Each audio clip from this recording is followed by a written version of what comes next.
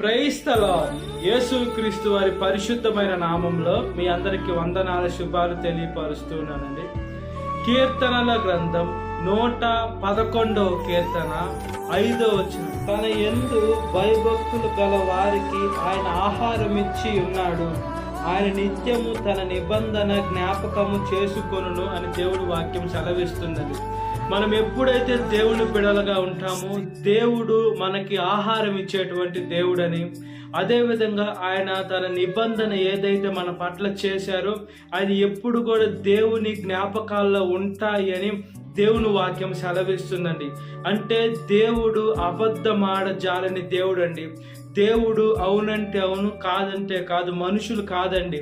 మనుషులంటే అబద్ధం చెప్తారు, ఆ సమయం వచ్చినప్పుడు మాట దాటేస్తారు, కొన్నిసార్లు ఫోన్లు ఎత్తరు, కొన్నిసార్లు తప్పించుకొని వెళ్ళేదానికి మనుషుల అవకాశం ఉంటుంది.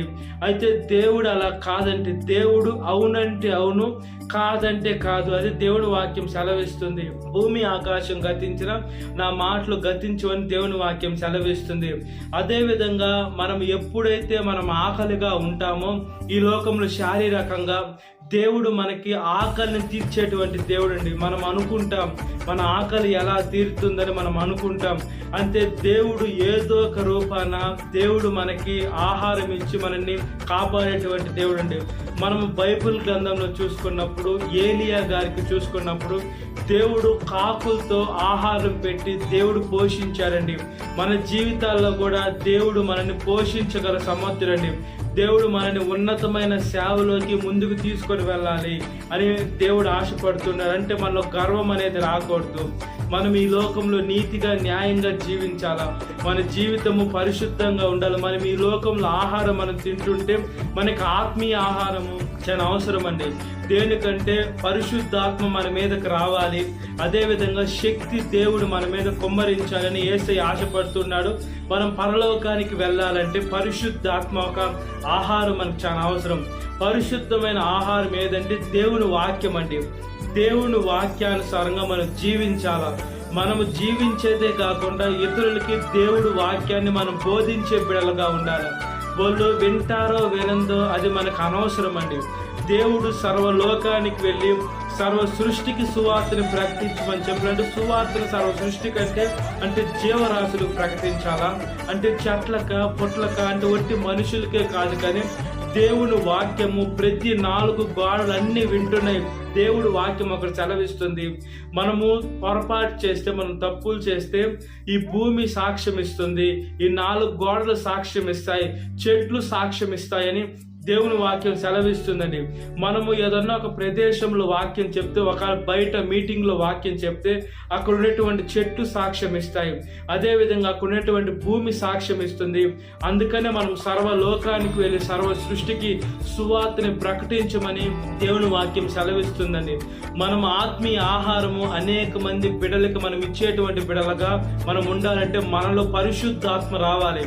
ముందు మనము కడుపు నిండా తినాలి. మనము ఆత్మీయంగా మన వాక్యానుసారంగా మనం కడుపు నిండా ఎప్పుడైతే వాక్యం ఉంటుందో మన కడుపులో, మన హృదయంలో, అప్పుడు వాక్యపు మాటలు బయటకు వస్తాయి.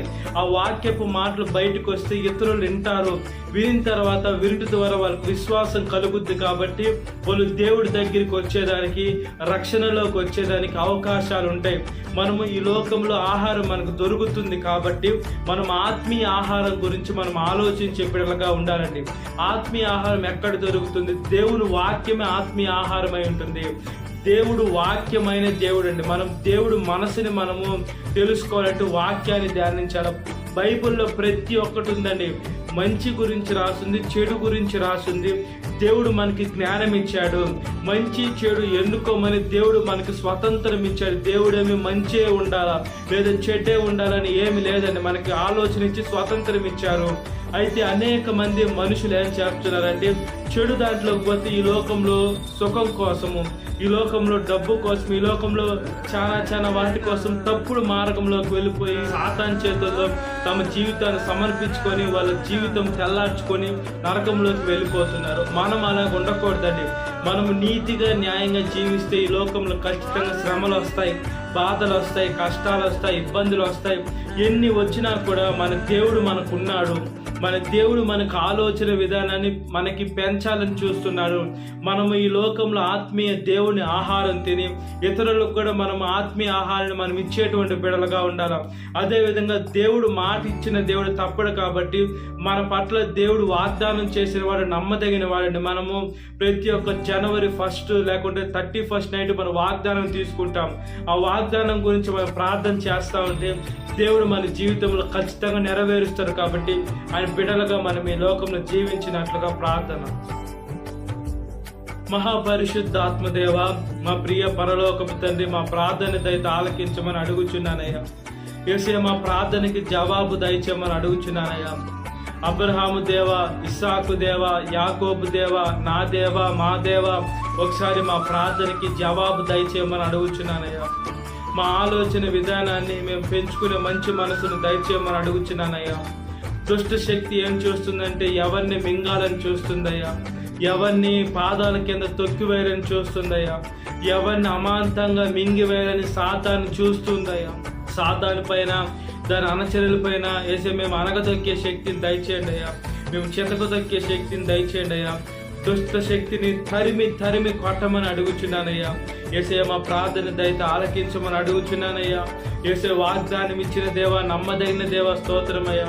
యేసయ్య, ఏలియా గారిని మీరు ఎలా కాకులతో యేసయ్యను పోషించారో, యేసయ్య మా జీవితంలో యేసయ్య మాకు శారీరకంగా ఆహారం ఇచ్చిన దేవా, స్తోత్రం. అయితే ఆత్మీయ ఆహారం మాకు కావాలయ్యా. సేవకులు వాక్యం చెప్తే వాక్యానుసారంగా యేసయ్య మేము బ్రతకాలంటే ముందు మాకు వాక్యం తెలుసుండాలి. కొంతమంది అబద్ధ బోధకులు లేచి ఉన్నారయ్యా. లేనిది ఉన్నట్లుగా కలిపి చెడిపేస్తున్న సేవకులు ఉన్నారయ్యా. అలాంటి వాక్యం మేము తెలుసుకొని, సత్యవాక్యాన్ని మేము తెలుసుకొని ఇతరులకు బోధించేదానికి కూడా మాకు వాక్యం తెలియాలంటే మీ పరిశుద్ధాత్మక వేసే సహాయం మాకు అవసరమయ్యా.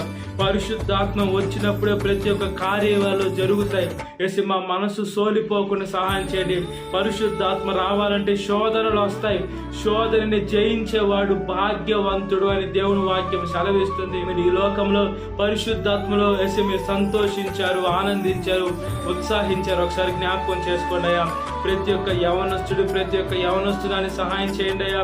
వాళ్ళు ఈ లోకంలో జీవితాలు పాడు చేసుకోకుండా, వేసి పాపంలోకి వెళ్లకుండా, వాళ్ళ మీద కూడా పరిశుద్ధాత్మ రావాలంటే వాళ్ళు పరిశుద్ధంగా జీవించే శక్తిని దయచేయండి అయ్యా.